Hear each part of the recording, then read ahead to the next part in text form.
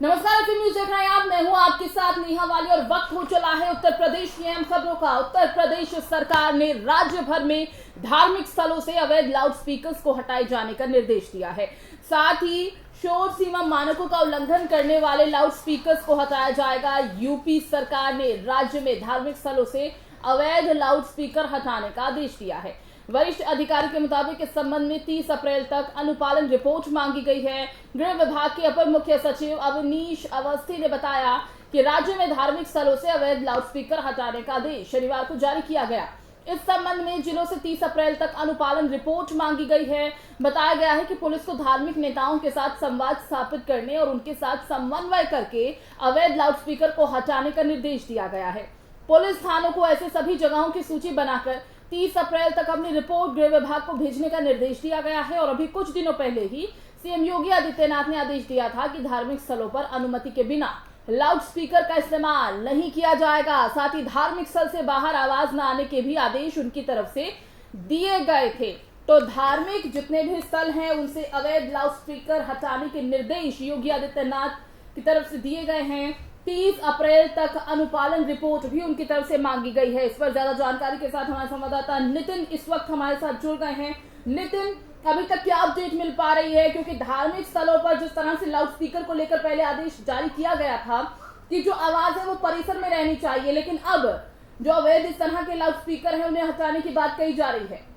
बिल्कुल, आपको नया चीज बताना चाहूंगा। लाउड स्पीकर को लेकर जो कि सरकार जो काम कर रही थी उस पर कहीं ना कहीं 17,000 लाउड स्पीकरों की आवाज धीमी कर दी गई है। वहीं 125 जगहों पर ध्वनि यंत्रों को हटा भी दिया गया है। प्रदेश के डीजीपी ऑर्डर ने यह जानकारी दी है और उन्होंने बताया कि पुलिस अफसर ने कहा कि लाउड स्पीकर को लेकर राज्य में हाईकोर्ट निर्देशों का पालन करवाया जाए और प्रदेश में 125 जगह जहां पर लाउड स्पीकर रखवाए गए थे वहां पर 17,000 जगह पर लोगों ने खुद की आवाज कम की है। अलविदा नमाज को लेकर सुरक्षा व्यवस्था की जा रही है। प्रांतीय समिति की बैठक की जा रही है। देश में साप्ताहिक सोलर के विशाल पेश कर रही है और कहीं ना कहीं श्री कृष्ण जन्मभूमि पर लाउड स्पीकर हटा लिया गया। आपको बताना चाहूंगा इस मंदिर परिसर में स्थित भागवत भवन के शिखर पर लाउड स्पीकर लगे थे। यहाँ पर हर दिन करीब एक से 1.5 घंटे तक मंगलाचरण और विष्णु सहस्त्र नाम बजाए जाते थे। इससे ही यहाँ की शुरुआत होती थी। अब इसे भी रोक दिया गया है। तो सबसे महत्वपूर्ण बात आपको बताना चाहूंगा, जिस तरह से यह लाउड स्पीकर पर काम चल रहा है तो कहीं ना कहीं ये कहा जा सकता है कि अवैध लाउड स्पीकर जो हटाने को लेकर योगी सरकार का अभियान चला रही थी उसमें कानून मिलेगी। और आपको बताना चाहूंगा कि कार्रवाई के बाद 30 तक रिपोर्ट देंगे। मंगला यानी कहा जा सकता है कि 30 अप्रैल तक मंगला आयुक्त और पुलिस आयुक्त इसकी रिपोर्ट फाइल करेंगे। उसके बाद देश के अलग अलग राज्यों में हो रहे लाउड स्पीकर विवाद को भी देखा जा रहा है कि कहां पर विवाद हो रहे हैं। क्योंकि जिस तरह से लगातार लाउड स्पीकर को लेकर धर्म गुरुओं द्वारा विवाद किया जा रहा है उसको देखा जा रहा है। और आपको सबसे महत्वपूर्ण बताना चाहूंगा कि लाउड स्पीकर जो है वो जो हटाने का प्रावधान था वो 10 मार्च 2018 और 4 जनवरी 2018 के साथ देश के हवाले से देते हुए ये नियम पालन कराया जा रहा है। नियमों को पालन करने वाले लोगों में थानेवार की सूची अगर बने जाए तो उसमें अपर मुख्य सचिव ने जो अवनीश अवस्थी ने बताया कि ऐसे धर्मस्थलों की थानेवार सूची बनाई जाए जहां पर दिए नियम और आदेशों का पालन नहीं हो रहा है। इसकी जिला स्तर पर साप्ताहिक समीक्षा की जाएगी और पहली रिपोर्ट 30 अप्रैल तक मंगला आयुक्त और अपने अधीन जिलों के पुलिस आयुक्त और अपने कमिश्नर क्षेत्र में शासन को उपलब्ध कराएंगे। आपको बताना चाहूंगा कि वैल्यूम कितना हो अलग अलग श्रेणियों के लिए तय मानक होते हैं। तो जिसमें अपर मुख्य सचिव अवनीश अवस्थी ने जो बताया था कि किस क्षेत्र में लाउड स्पीकर की आवाज कितनी हो सकती है, इसके मानक में आपको बताना चाहूंगा कि ध्वनि प्रदूषण मिनिमम नियम 2000 में निर्धारित किया गया था। इसके तहत इंडस्ट्रियल एरिया में दिन में 75 dB और रात में 70 dB, कमर्शियल एरिया में 65 dB और रात में 55 dB, रेडिएशन एरिया में दिन में 55 dB और रात में 45 dB, साइलेंस जोन में दिन में 50 dB और रात में 40 dB वॉल्यूम के साथ लाउड स्पीकर बजाए जा सकते हैं। अपर मुख्य सचिव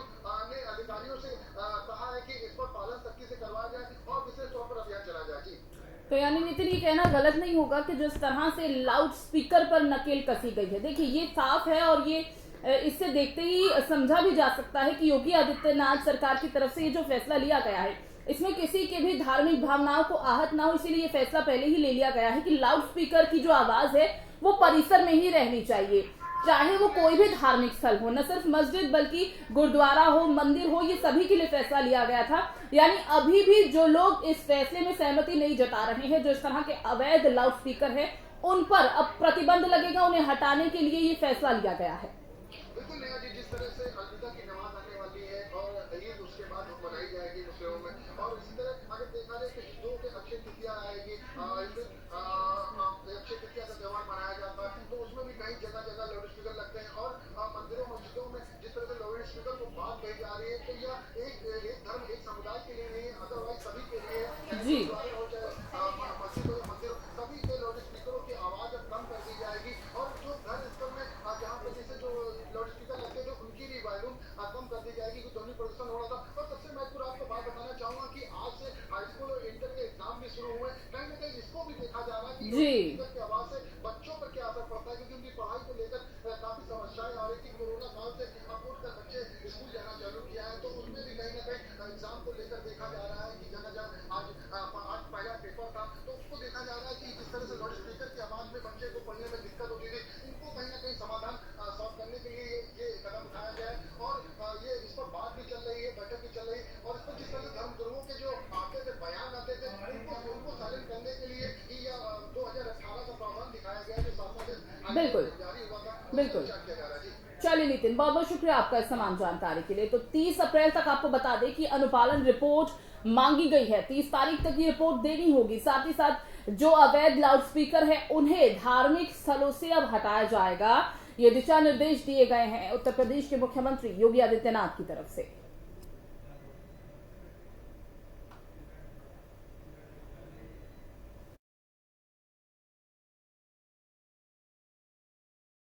बढ़ते आगे, प्रगतिशील समाजवादी पार्टी के अध्यक्ष शिवपाल सिंह यादव और समाजवादी पार्टी के मुखिया अखिलेश यादव के बीच की जो नाराजगी है वो जग जाहिर है। अखिलेश से नाराज शिवपाल सिंह यादव का कहना है कि सपा में उन्हें अपमान के सिवाय कुछ नहीं मिल पाया।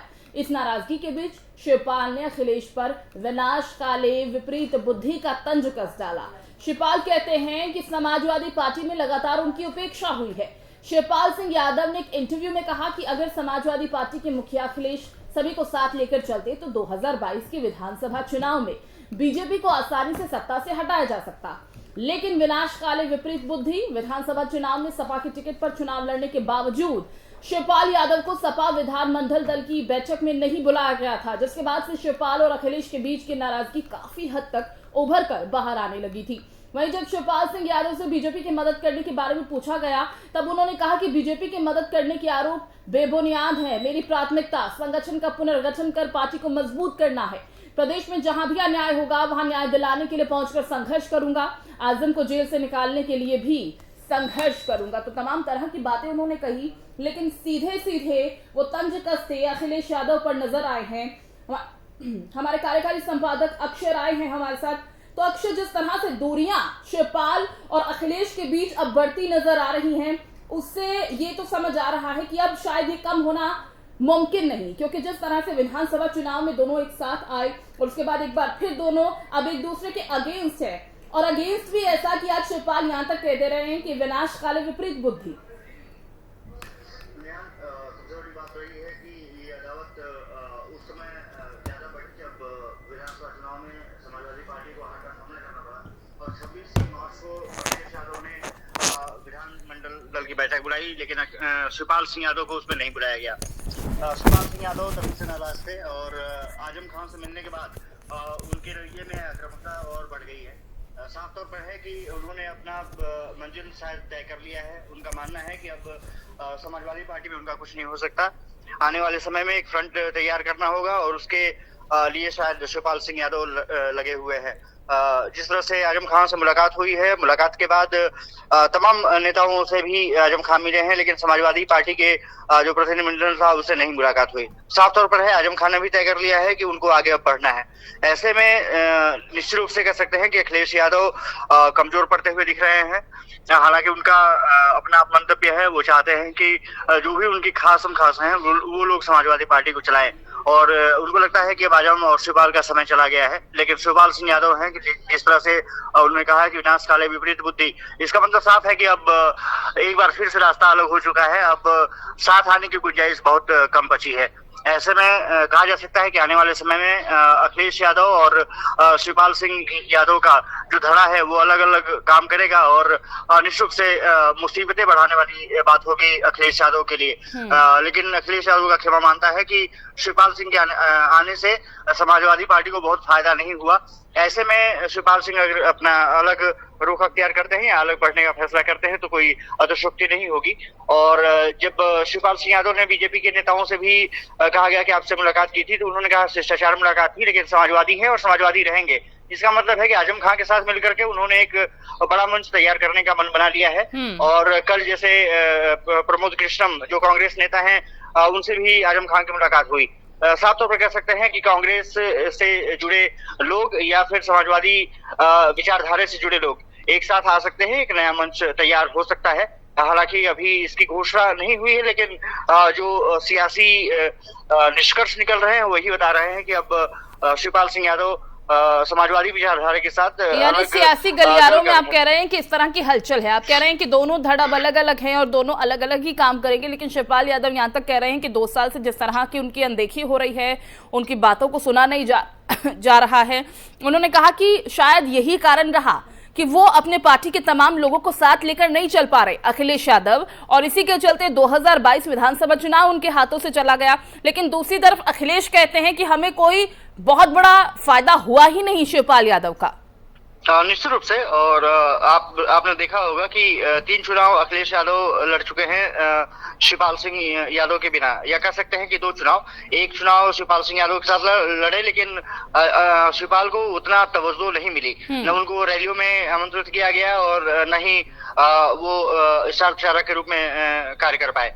साफ तौर पर है कि शिवपाल सिंह यादव के भी मन में भी एक टीस रही है, उनको सिर्फ मैनपुरी तक सीमित कर दिया गया। जसवंत नगर सिर्फ उनको एक सीट दी गई। समाजवादी पार्टी के विधायक हैं, लेकिन वो तवज्जो जो शिवपाल सिंह यादव चाहते थे वो नहीं मिला।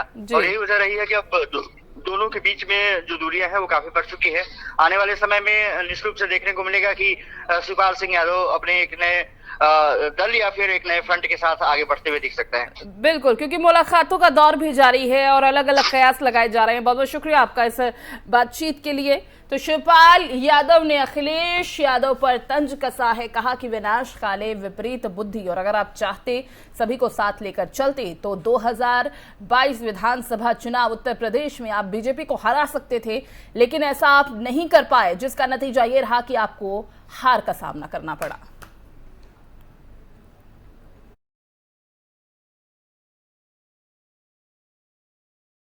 शहरों को स्मार्ट बनाने की केंद्र सरकार की स्मार्ट सिटी योजना बंद होने वाली है। राजधानी लखनऊ समेत प्रदेश के 10 शहरों में ये योजना चल रही है, जिसमें केंद्र और प्रदेश सरकार आधा आधा पैसा देती है। मार्च के बाद से दोनों सरकारों ने पैसा देने से इनकार कर दिया है। साथ ही आदेश भी दिया कि योजना के तहत जो भी प्रोजेक्ट चल रहे हैं उनका काम जून 2023 तक पूरा कर लिया जाए। केंद्र में मोदी सरकार के पहले कार्यकाल में साल 2014 में अमृत मिशन योजना लॉन्च हुई थी। दावेदारों को शामिल होने के लिए अपनी योजनाएं और जनता का फीडबैक देना था, और इसी के आधार पर प्रदेश के 10 शहर स्मार्ट सिटी योजना में अलग अलग राउंड में शामिल किए गए।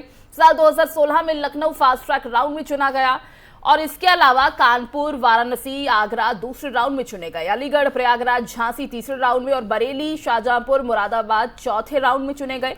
स्मार्ट सिटी योजना के तहत शहर के कामकाज और अवस्थापना सुविधाओं को स्मार्ट बनाने के लिए लखनऊ में करीब 2100 करोड़ रुपए की योजनाएं बनी थी। उनमें से ज्यादातर योजनाएं अमृत मिशन और अन्य योजनाओं से मिलने वाले बजट से पूरी की जानी थी। वहीं करीब 850 करोड़ रुपए की योजनाओं का काम केंद्र और राज्य सरकार से योजना को लेकर मिलने वाले बजट से किया जा रहा है। इसे लेकर केंद्र सरकार की तरफ से बजट भी जारी किया जा चुका है।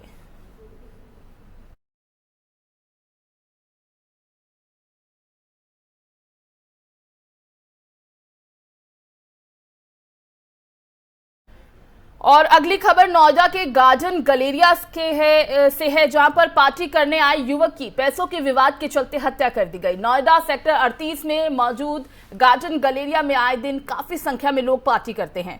नोएडा में अगर चिल करना हो या पार्टी करने का प्लान हो तो लोग अक्सर यहीं पर आते हैं। लोगों के मुंह पर सबसे पहला नाम गार्डन ऑफ गलेरिया का आता है, लेकिन आए दिन प्रदेश में हो रहे जुर्म के चलते, बढ़ते अपराध के चलते अब लोग बाहर निकलने से डरने लगे हैं। बीती रात गार्डन ऑफ गलेरिया के द लॉस रेस्टोरेंट में पार्टी करने आए युवक की पैसों के चक्कर में रेस्तरां कर्मियों से विवाद हुआ और देखते ही देखते छोटी सी बात इतना बढ़ गई, विवाद इतना बढ़ गया कि मार पिटाई होने लगी, हाथापाई होने लगी, जिसके चलते युवक की मौके पर ही मौत हो गई। घटना की जानकारी मिलने के बाद मौके पर पुलिस प्रशासन पहुंचा, शव को कब्जे में लिया गया, पोस्टमार्टम के लिए भिजवाया गया और आगे की कार्रवाई शुरू कर दी गई है। तो इसी पर ज्यादा बातचीत के लिए, ज्यादा जानकारी के लिए हमारे संवाददाता ताहिर सैफी का रुख कर लेते हैं। Tahir, garden of Galleria Noida का जाना माना प्लेस है जहां पर ज्यादातर युवा पहुंचते हैं पार्टी करने के लिए, चिल करने के लिए, लेकिन बीती रात इस तरह की वारदात को वहां अंजाम दिया गया। बताया जा रहा है कि युवक जिससे पैसों के चलते हाथापाई हुई है और उसके बाद उसकी हत्या कर दी गई, या फिर कोशिश हत्या की नहीं थी लेकिन जिस तरह से हाथापाई हुई है उसके बाद युवक की मौत हो गई। अभी तक की क्या जानकारी मिल पा रही है जो जांच हुई है? देखिए, बिल्कुल नेहा, आपको बता दूं कि नोएडा सेक्टर 39 थाना क्षेत्र का मामला है, जहां पर स्थित गार्डन गैलेरिया मॉल्स में जो है बीती रात चिल करने यानी पार्टी करने के लिए कुछ लोग जो है गए थे। उस दौरान जो है पार्टी के दौरान जो है किसी बात को लेकर कहासुनी होती है। बताया जा रहा है कि जो मॉल्स में काम करने वाले कर्मचारी थे उनका पैसे को लेकर जो है युवकों से झगड़ा हो गया था। मारपीट इतना बड़ा कि पहले दोनों के बीच कहासुनी होती है और बात जो है बढ़ते हुए मारपीट तक पहुंच जाती है। रेस्टोरेंट में काम करने वाले कर्मचारी जो है एक के बाद एक युवक के ऊपर जो है मारपीट करते हुए नजर आते हैं, जिसके चलते युवक गंभीर रूप से घायल हो जाता है। घायल युवक को किसी तरीके से में काम करने वाले लोगों से छुड़ाकर जो है नजदीक के अस्पताल में भर्ती कराया जाता है, जहां डॉक्टर युवक को मृतक घोषित कर देते हैं। सूचना मिलते ही पुलिस के आला अधिकारी भी मौके पर पहुंच जाते हैं और मॉल्स में जो रेस्टोरेंट था उसमें काम करने वाले जितने भी कर्मचारी थे सभी को हिरासत में ले लिया जाता है। मॉल्स की जो है सीसीटीवी फुटेज खंगालने के आधार पर जो है 8 लोगों को चिन्हित किया गया है और उनके खिलाफ जो है मुकदमा दर्ज कर आगे की कार्रवाई शुरू कर दी गई है। साथ ही मृतक के शव को कब्जे में लेकर पोस्टमार्टम के लिए भेज दिया गया है और आगे की जांच कर आरोपियों के खिलाफ कार्रवाई की बात करी जा रही है। लेकिन बड़ा सवाल खड़ा होता है कि रेस्टोरेंट के अंदर एक युवक की जो है पीट कर हत्या की वारदात को अंजाम दे दिया जाता है और पुलिस की कार्यशैली उस समय घेरे में आती है जब पुलिस जो है सूचना के बाद मौके पर पहुंचती है। लेकिन यहाँ देखने वाली बात यह है कि पुलिस के आला अधिकारियों का साफ तौर पर कहना है कि आरोपियों को जो है फौरन हिरासत में ले लिया है और उनके खिलाफ मुकदमा दर्ज कर सभी को चिन्हित कर उनको जो है जेल भेजा जा रहा है। लेकिन बड़ा सवाल खड़ा होता है कि रेस्टोरेंट के अंदर जो है कैसे युवक की दिन बिल्कुल ताहिर, ऐसा पहली बार नहीं हुआ है। बहुत सारे ऐसे मामले हम देखते हैं जहां पर रेस्टोरेंट में या फिर किसी इस तरह की पब्लिक प्लेस में लोग पहुंचते हैं एंजॉय करने के लिए या खाना खाने के लिए, डिनर लंच किसी भी चीज के लिए, तो वहां पर अक्सर इस तरह की बातें देखने को मिलती हैं। आपस में विवाद हो जाता है वहां पर काम करने वाले कर्मियों का और लोगों के बीच। नहीं लगता कि जरूरत अब ये भी है पुलिस प्रशासन को कुछ गाइडलाइंस जारी करने की, ताकि उन जो लोग वहां पर पहुंचते हैं उनसे अच्छे से बातचीत की जा सके, उन्हें अच्छे से अटेंड किया जाए, न कि हर छोटी छोटी बात पर इशू को इतना बढ़ा दिया जाए कि मामला मारपिटाई तक पहुंच जाए और फिर उसके बाद जो अंजाम होता है वो सभी के सामने है। देखिए, बिल्कुल नेहा, इसमें कोई दो राय नहीं है। पुलिस प्रशासन जो है पहले से ही लोगों को जो है अलग अलग वार्ता करने के जो है रहता है और साथ ही जो है लोगों को आदेश भी देते हैं कि जिसको भी वो अपनी यहाँ पर जो है जॉब दे रहे हैं पहले उसका जो है करेक्टर सर्टिफिकेट जो है उपलब्ध कराया जाए ताकि पूरे मामले की सही से जांच कराई जा सके। इसके बावजूद लोगों को जो है हिदायत ये भी दी जाती है कि लोग जो है अपना आपा जो है संभाल कर रखें, गुस्से में अचानक से ना जाए, क्योंकि मॉल्स वगैरह रेस्टोरेंट वगैरह में ज्यादातर लोग जो है प्रोग्राम या फिर जो है खाना खाने के लिए जाते हैं और उस दौरान किसी ना किसी बात को लेकर आपस में कहासुनी जैसी घटनाएं होती रहती है। लेकिन अभी तक ऐसा नहीं हुआ था कि मॉल्स के अंदर जो है रेस्टोरेंट में किसी युवक की जो है पीट कर हत्या कर दी गई हो। तो साफ है कि पुलिस प्रशासन ने कार्रवाई करते हुए 8 लोगों को जो है मुकदमा दर्ज कर लिया है और सभी के खिलाफ गिरफ्तारी कर लिया गया है। इसके साथ ही देखने वाली बात यह भी है कि मॉल्स में जो रेस्टोरेंट है, रेस्टोरेंट मालिक के द्वारा क्या इन लोगों का जो है वेरिफिकेशन नहीं कराया गया था? क्या मालिक को इसका पहले से अंदाजा नहीं था कि ये जो कर्मचारी रेस्टोरेंट में काम करते हैं वो उग्र किस्म के लोग हैं और कहासुनी होते ही तुरंत जो है युवक के साथ मारपीट कर देते हैं? यही सबसे बड़ी वजह निकल कर आ रही है जिसको लेकर पुलिस प्रशासन के अधिकारी आरोपियों के खिलाफ कार्रवाई की बात कर रहे हैं। जिस युवक की हत्या हुई है, जिस युवक को मृत घोषित कर दिया गया है और बताया कि काफी चोट आई इस पूरी मारपीट के दौरान, उसके बारे में क्या पता चल पाया है? कहाँ का वो था? क्या शिनाख्त में पुलिस ने अभी तक बताया? जांच में क्या कुछ अभी तक पॉइंट्स निकल कर सामने आए?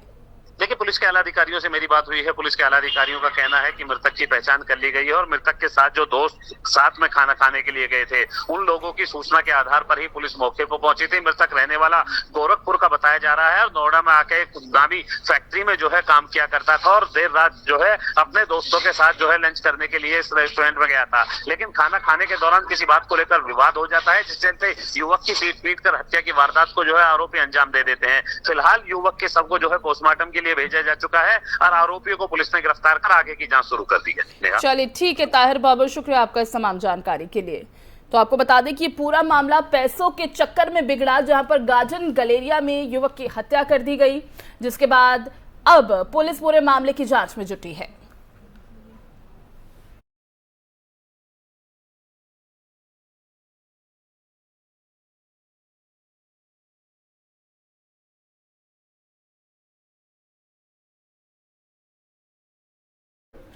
एक तरफा प्यार में नाकाम होने पर गोरखपुर जिले में एक सरफरे आशिक ने ट्रिपल मर्डर की वारदात को अंजाम दिया है। इस सरफरे आशिक ने धारदार हथियार से हमला कर युवती समेत उसके मां बाप की हत्या कर दी।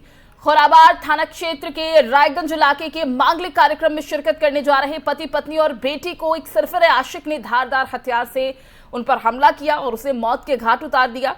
मौके पर मौजूद पुलिस ने आरोपी युवक को गिरफ्तार कर लिया है। ट्रिपल मर्डर की वारदात की सूचना पर एडीजी और एसएसपी भी मौके पर पहुंचे। पुलिस ने घटना की गंभीरता को देखते हुए शव को फौरन मेडिकल कॉलेज भेजा। साथ ही SSP doctor Vipin Tanda, SP city Krishna Kumar Bishnoi, CO cantt Shyamdev मौके पर पहुंचे, जहां से शवों को पोस्टमार्टम के लिए भिजवाया गया। वहीं हत्या के आरोपी की पहचान संत कबीर नगर निवासी आलोक पासवान के नाम से की गई है। बताया जा रहा है कि आरोपी खोराबार में अपने मामा महेंद्र पासवान के घर रहता था और वहीं एसएसपी ने बताया कि आरोपी युवक आलोक पासवान को गिरफ्तार कर जेल भिजवा दिया गया है और पुलिस आगे की जांच में जुटी है।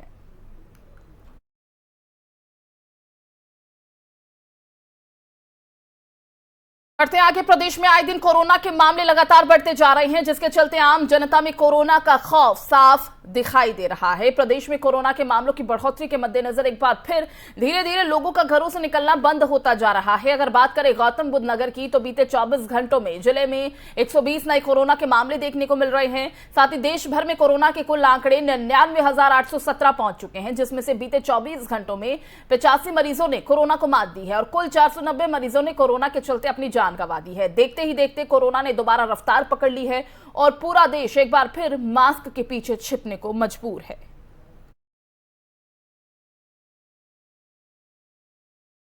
इस बुलेटिन में फिलहाल बस इतना ही। बाकी खबरों के लिए आप देखते रहिए एफएम न्यूज। दीजिए इजाजत, नमस्कार।